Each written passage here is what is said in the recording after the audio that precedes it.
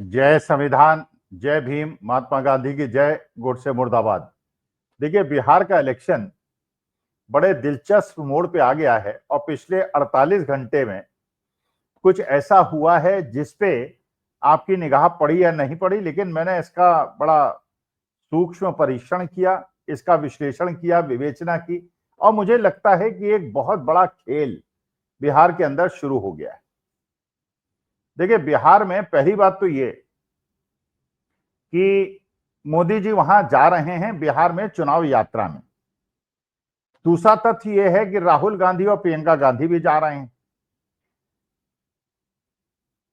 राहुल गांधी और प्रियंका गांधी इस बार बिहार इलेक्शन को बहुत ज्यादा सीरियसली ले रहे हैं।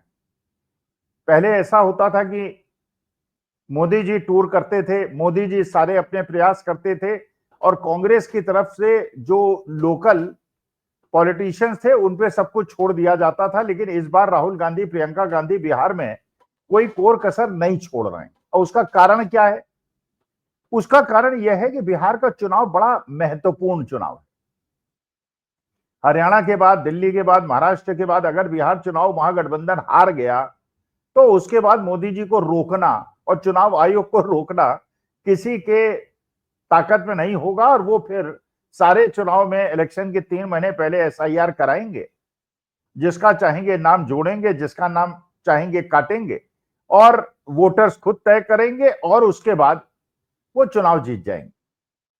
28 तारीख को जो माननीय सुप्रीम कोर्ट के अंदर निर्णय होना है वो भी सामने आ जाएगा, लेकिन चुनाव आयोग ने तो अपना खेल कर दिया। अब यहां तक की बातें तो ठीक हैं, अब असली मुद्दा यह है, देखिए टीडीपी ने भी अपना ट्रम्प कार्ड चल दिया, क्योंकि टीडीपी और जेडीयू ये दोनों पार्टियों का एक विशेष स्थिति है। इन दोनों की स्टेट्स में मुसलमानों की संख्या बहुत ज्यादा है और मुसलमानों को इनको अच्छा खासा समर्थन प्राप्त रहता है। टीडीपी को आंध्र प्रदेश के अंदर मिलता है, बिहार में जेडीयू को मिलता है, क्योंकि वहां के मुसलमान ये मानते हैं कि ये लोग सेकुलर हैं और ये लोग भारतीय जनता पार्टी को कंट्रोल करते हैं, उन पे अंकुश लगा के रखते हैं अपने कम्युनल पॉलिटिक्स को आगे न बढ़ाने के लिए। जैसे उत्तर प्रदेश के अंदर होता है, मध्य प्रदेश के अंदर होता है, राजस्थान के अंदर होता है, वैसा आंध्र प्रदेश और बिहार के अंदर इसलिए नहीं होता क्योंकि जो वहां पे मेन पार्टी है वो मुसलमानों का समर्थन मिलता है। बिहार और उत्तर प्रदेश, मध्य प्रदेश और राजस्थान में ऐसा नहीं है। वहां पे भारतीय जनता पार्टी खुद बहुत मजबूत है और उन्हें किसी सहयोगी की भावनाओं की केयर करने की आवश्यकता नहीं है, तो वो अपना एक फंडामेंटलिस्ट अपना एजेंडा चला सकते हैं, लेकिन आंध्र प्रदेश और बिहार में नहीं चला सकते।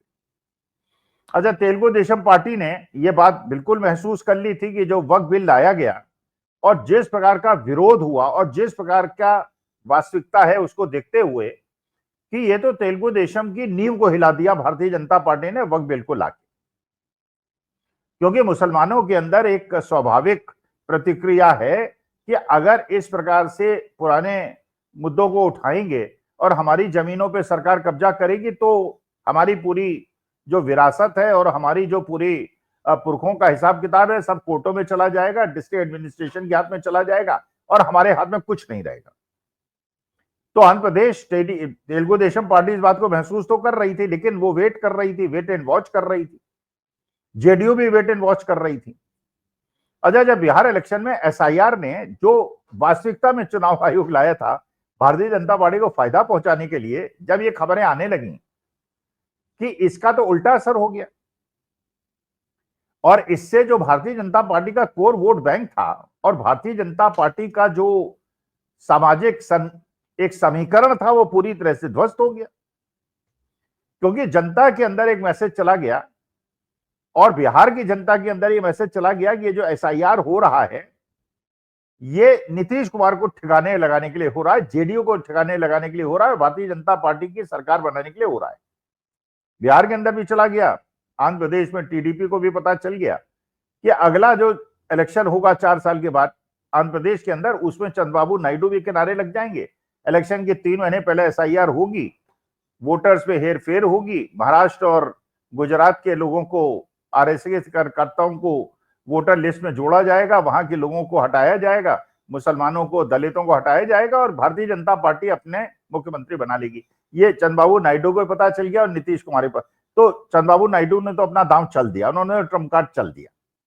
उन्होंने एसआईआर के खिलाफ अपना प्रोटेस्ट जारी कर दिया। उन्होंने कहा कि अगर एसआईआर करना है तो अभी कर लीजिए, इलेक्शन के 3-4 महीने पहले करेंगे तो यह अनुचित है, क्योंकि वो जानते हैं इसमें खेल करने के लिए हुआ है। अभी बिहार के अंदर पुनर्निरीक्षण हुआ है 5-6 महीने पहले, और उसके अंदर सारा सत्यापन हुआ है। उसको दोबारा नागरिकता को सिद्ध करना और उसके बाद की सारी कॉम्प्लिकेशंस को देखते हुए जो तेलुगु देशम पार्टी है उसने तो अपना कार्ड चल दिया। आप जानते हैं कि तेलुगु देशम पार्टी और जेडीयू का कितना महत्वपूर्ण रोल है आज की तारीख में मोदी जी को सत्ता में बिठाए रखने का। अच्छा, नीतीश कुमार, मानी बात है कि आजकल अस्वस्थ हैं, उनकी बॉडी लैंग्वेज से, उनके व्यवहार से लगता है अस्वस्थ हैं। और उनके जो आज के तारीख में बिहार के अंदर जेडीयू के सबसे बड़े नेता हैं, वो एक संजय झा जी हैं और एक लल्लन सिंह हैं।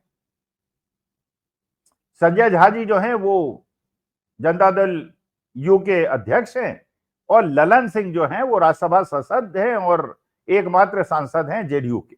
दोनों बड़े नेता हैं और दोनों, मानी बात है कि नीतीश कुमार के सबसे विश्वस्त हैं। और यह भी बात बिल्कुल सही है, ललन सिंह आरजेडी के लालू प्रसाद यादव जी के भी बड़े नजदीकी है, जो संजय झा नहीं है। पहले वैसे संजय झा भी थे, लेकिन आज के तारीख में ललन सिंह और आरजेडी के भी संबंध हैं। अब जेडीयू ने जो चाल चली है और जो एक दांव खेला है, एक ट्रम्प कार्ड खेला है, अब जरा इसका विश्लेषण कीजिए आप। देखिए, भारतीय जनता पार्टी का जो पूरा नैरेटिव है वो है नैरेटिव सनातन धर्म के ऊपर, कि हम सनातनी हैं और बाकी लोग जो सनातन के बोलते हैं वो सब सनातन विरोधी हैं। जो भी मुसलमानों के हक में बात करे, क्रिश्चियनों के हक में बात करे, दलितों के, आदिवासियों के हक में बात करे, वो सनातनी नहीं। वो पेरियार को मानने वालों को भी सनातनी नहीं मानते। वो बाबा साहब भीमराव अंबेडकर को मानने वालों को भी सनातनी नहीं मानते। वो नारायण गुरु को मानने वाले लोगों को भी सनातनी नहीं मानते, जबकि नारायण गुरु जिन्होंने केरला के अंदर, जब पूरा ऐसा लग रहा था कि केरला बिल्कुल खत्म हो गया और वहां पे बिल्कुल कोई हिसाब किताब ठीक ठाक नहीं हो रहा है, तो नारायण गुरु ने वहां पे भगवान शिव की मूर्ति स्थापित करके एक नई धारा स्थापित की, जो वहां के ब्राह्मणों ने उसका विरोध किया। उन्होंने कहा कि ये नारायण गुरु जो है उस समय उनको शूद्र माना जाता था, बाकी ओबीसी कम्युनिटी में आ गए, और ओबीसी कम्युनिटी में जिसमें कि आज की तारीख में जो केरला की चीफ मिनिस्टर हैं उसी कास्ट से नारायण गुरु का संबंध था। लेकिन नारायण गुरु का केरला के अंदर बहुत ज्यादा सम्मान है, तो उन्होंने कहा कि मेरे शिव जो है, मेरे महादेव जो है वो शूद्र है। और उसके बाद आज के तारीख में केरला के अंदर अगर सबसे ज्यादा फॉलोअर्स किसी के हैं तो नारायण गुरु के हैं, जिनके खिलाफ तथा कथित विरोध हुआ था। इसी प्रकार से तमिलनाडु के अंदर जो मानने वाले हैं वो पेरियार को मानने वाले। अच्छा, पेरियार भी तथा कथित सनातनियों के हिसाब से वो सनातन विरोधी हैं, तो उनके हिसाब से तमिल भी सनातन विरोधी हैं, केरलाइट भी सनातन विरोधी है। और बाबा साहब भीमराव अंबेडकर ने क्योंकि हिंदू धर्म छोड़ के बौद्ध धर्म ग्रहण कर लिया था, और क्योंकि उन्होंने जो प्रतिज्ञा कराई थी अपने मानने वालों से कि पूजा नहीं करेंगे, उसके हिसाब से तो, उनके हिसाब से तो वो भी सनातनी नहीं, उनको मानने वाले भी सनातनी नहीं है। भाई, आरपी गौतम साहब जो मंत्री बने थे आम आदमी पार्टी के दिल्ली की सरकार में, उन्हें हटाया ही आम आदमी पार्टी ने इसीलिए था कि उन्होंने वो 22 कस्बें खिलाई थी जो बाबा साहब ने कहा था कि खानी चाहिए। तो देखिए, मैं भी सनातनी हूं, लेकिन मेरा सनातन धर्म ये मानता है कि जिसको जो मानना है माने। क्योंकि जब मैं एक बहुत बड़े सनातन के तथा कथित विद्वान से बात कर रहा था, मैंने कहा ये सनातन धर्म, तो उन्होंने कहा सनातन धर्म तो शाश्वत है। मैं भी मानता हूं शाश्वत है, लेकिन मैंने कहा सनातनी कौन है? तो उन्होंने कहा ये सनातनी, तो डेफिनेशन इज वेरी वाइड। भाई, if the definition is very wide, तो बाबा साहब भीमराव अंबेडकर को मानने वाले जो मूर्ति पूजा में विश्वास नहीं करते, या आर्य समाजी जो मूर्ति पूजा में विश्वास नहीं करते, वो भी सनातनी है। को मानने वाले जो कि रामचरितमानस को नहीं मानते, वो भी सनातनी है। नारायण गुरु को मानने वाले वो भी सनातनी हैं। इसका माने क्रिश्चियन भी सनातन है। सनातन की अगर इतनी वाइड परिभाषा है तो सब सनातनी, फिर झगड़ा किस बात का है, फिर तो एक परिवार है। लेकिन जो सनातन का एक नया पाखंड शुरू हुआ था और ऐसे लोगों को जिनको सनातन धर्म के मूल के बारे में नहीं पता है, स्वामी विवेकानंद के सनातन की डेफिनेशन के मूल के बारे में नहीं पता है, उन्होंने एक ऐसा बना दिया था कि सावन के महीने में नॉनवेज खाना जो है ये बिल्कुल प्रतिबंधित होना चाहिए और पूरा कांवड़ यात्रा जहां जहां हो वहां पे उन्होंने नॉनवेज खाने वालों पे और होटल लगाने वालों पे प्रतिबंधित तो उसको बंद कर दिया। यही बात दूसरी है कि नॉनवेज की दुकानें बंद हो गई लेकिन दारू की दुकानें खोली रही, उनके सामने केवल पर्दा टांगा गया कि दारू पीनी है पी लो, नॉनवेज नहीं खाने दे। तो एक नैरेटिव बनाया था श्रावण में नॉनवेज नहीं खाना चाहिए, ठीक है, जिसका मन आए खाए, जिसका मन आए ना खाए। अच्छा, आपने ये भी देखा कि यूपी के अंदर कांवड़ की यात्रा के बीच में जिस प्रकार के उपद्रव हुए हैं और बिना धर्म जाति जाने हिंदुओं को भी पीटा गया है, वो झारखंड में आपको नहीं दिखाई पड़ा। झारखंड में कांवड़ यात्रा में आपको कोई उपद्रव नहीं दिखाई पड़ा, कोई तोड़फोड़ नहीं दिखाई पड़ी, इसलिए कि वहां पे डबल इंजन सरकार नहीं है और उत्तर प्रदेश के अंदर डबल इंजन सरकार है। अब जेडीयू ने जो चाल चली है इसको समझने का प्रयास करें। ये जो पूरा नैरेटिव बनाया था भारतीय जनता पार्टी ने, लल्लन सिंह ने, जो कद्दावर नेता हैं और मंत्री हैं, उन्होंने बिहार के अंदर एक मटन पार्टी रखी और खुलेआम उन्होंने लोगों को बुलाया और मटन खिलाया और कहा कि मटन खाओ, ऐश करो। अच्छा, उसका प्रचार प्रसार भी करवा दिया। अब इसके पीछे समझिए किया कि उन्होंने, भाई उन्होंने भारतीय जनता पार्टी का जो नैरेटिव था उसका पूरा जो एक मैसेज था कि श्रावण के अंदर नॉनवेज नहीं खाना चाहिए, और लालू प्रसाद यादव के घर जाके राहुल गांधी ने, क्योंकि एक बार सावन के महीने में नॉनवेज पका लिया था तो वो हिंदू नहीं है उस नैरेटिव को जानबूझ के लल्लन सिंह ने तोड़ दिया, उसको ध्वस्त कर दिया। तो भारतीय जनता पार्टी के सामने एक बहुत बड़ी दुविधा पैदा हो गई कि अब वो लल्लन सिंह का विरोध करें या समर्थन करें। जब राहुल गांधी और लालू प्रसाद यादव का विरोध कर सकते हैं तो लल्लन सिंह का विरोध करना पड़ेगा, और लल्लन सिंह का विरोध कर नहीं सकते क्योंकि उससे जेडीयू को फायदा हो जाएगा, उसका थोड़ा वोट बैंक साथ आ जाए, लेकिन भारतीय जनता पार्टी का वोट बिखर जाएगा क्योंकि अगर वो समर्थन करते हैं लल्लन सिंह का तो भी उनका वोट बैंक टूटता है और नहीं विरोध करते हैं तो भी उनका वोट बैंक। तो लल्लन सिंह ने बहुत बड़ी चाल चल दी। अच्छा, एसआईआर के अंदर एक और चीज हुई जो अभी मुझे सूत्रों से खबर मिली है, वहां के वीडियोज ने, डिस्ट्रिक्ट कलेक्टर्स ने और बीएलओज ने सारे ऑडियो कन्वर्सेशंस को टेप कर लिया है, रिकॉर्ड कर लिया है। इसका मतलब 1 अगस्त को जो सूची जाहिर होगी उसके बाद सारे ऐसे बीएलओज, वीडियोज, डिस्ट्रिक्ट मजिस्ट्रेट्स जो जानते हैं कि सरकार में कितना ज्यादा उनपे दबाव है और कितना ज्यादा उनसे वो काम कराए जा रहे हैं जो नीतीश कुमार जब तक स्वस्थ थे तब तक उन्हें नहीं करने पड़ते थे, लेकिन अब करने पड़ रहे हैं। और उस समय 1 अगस्त को जो मामला सामने आएगा वो इतनी ज्यादा वीडियो ऑडियो आ जाएंगे कि जिसको झेल पाना भारतीय जनता पार्टी के लिए बड़ा मुश्किल हो जाएगा। तो एक तो टीडीपी ने दांव चल दिया, उधर लल्लन सिंह ने चाल चल दी, और इधर सारा जो सरकारी तंत्र है उसने ऑडियो वीडियो रिकॉर्डिंग कर ली जो 1 अगस्त को बाहर आ जाएगी।